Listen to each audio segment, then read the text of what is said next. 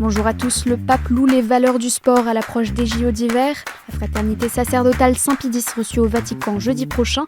Et la réponse des frères des écoles chrétiennes au collectif de victimes, c'est aujourd'hui dans SIC, la sélection de l'info catholique. Le pape s'est adressé dans une lettre publiée ce vendredi à toutes les personnes directement impliquées dans les Jeux olympiques et paralympiques d'hiver de Milan-Cortina, leur souhaitant ses meilleurs vœux et louant les valeurs du sport.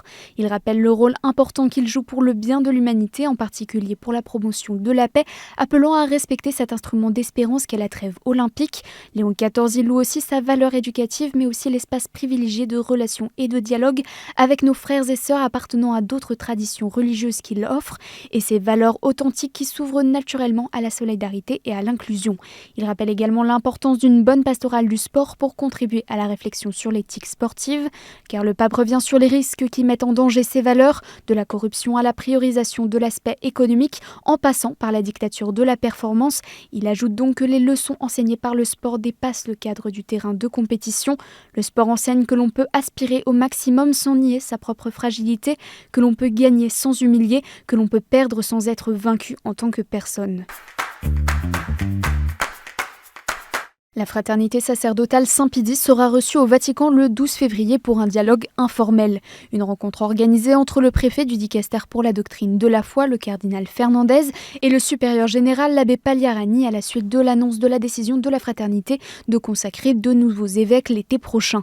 Le but de cet échange est de garantir une continuité du dialogue et d'éviter les ruptures ou les solutions unilatérales par rapport aux problèmes qui ont émergé, a expliqué le directeur de la salle de presse du Vatican. La fraternité sacerdotale Saint-Pédis, qui a affirmé dans son communiqué du 2 février avoir déjà envoyé plusieurs courriers à Rome, y exprime son besoin particulier d'assurer la continuation du ministère de ses évêques, alors que ne subsistent que 2 des 4 prélats ordonnés par Monseigneur Marcel Lefebvre en 1988.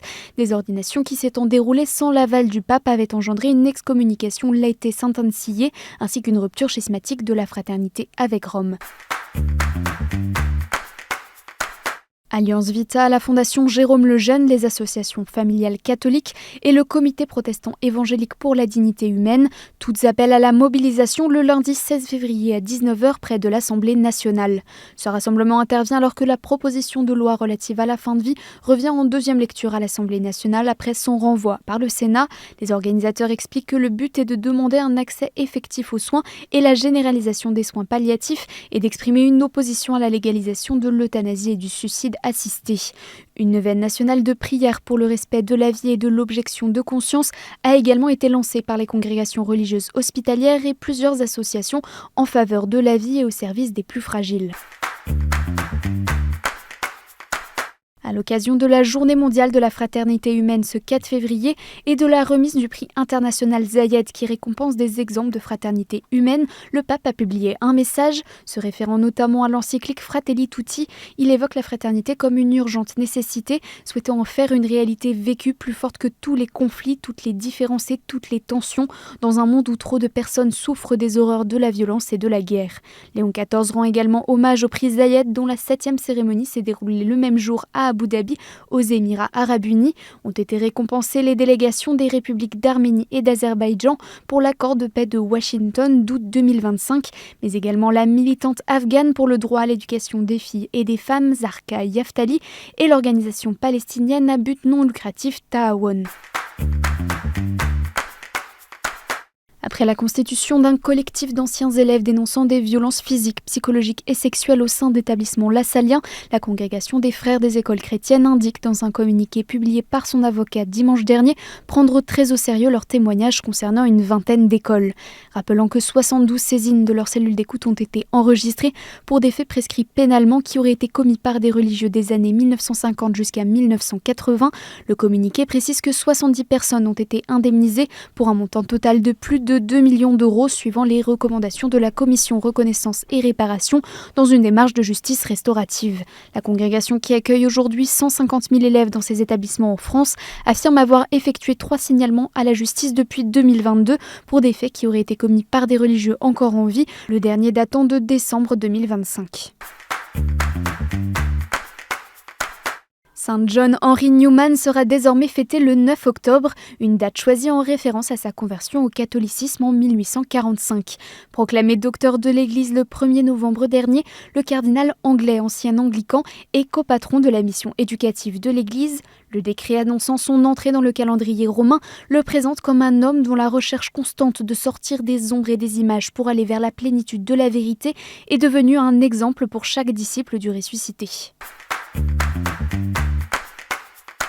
Et en bref, le chapitre général des Légionnaires du Christ a élu son nouveau supérieur général, le père Carlos Gutiérrez Lopez. Jusqu'alors supérieur provincial pour le nord du Mexique et membre des Légionnaires du Christ depuis 1999, il prend la tête d'une congrégation dont Rome assure la supervision depuis la révélation de nombreux faits de violences sexuelles commis par une vingtaine de membres et par son fondateur, Marcial Maciel. Sœur Raffaella Petrini a été nommée mardi par le pape membre de la commission des matières réservées, commission chargée d'évaluer les marchés financiers sensibles au Vatican. La religieuse est déjà présidente de la commission pontificale pour l'état de la Cité du Vatican et du gouvernorat. Le parquet de Pau a annoncé ce jeudi la mise en examen d'un prêtre d'une soixantaine d'années pour viol par personne ayant autorité, après la plainte d'un ancien élève de Bétarame pour un fait survenu à une seule reprise entre 1993 et 1996. Ce n'est que la deuxième mise en examen pour viol dans cette affaire de violence sexuelle, dont la plupart des faits dénoncés sont aujourd'hui prescrits. Et on termine avec des images de la chapelle Sixtine en travaux pendant 3 mois. La grande fresque du jugement dernier réalisée par Michel-Ange sera restaurée entièrement, mais les visites de la chapelle restent cependant possibles.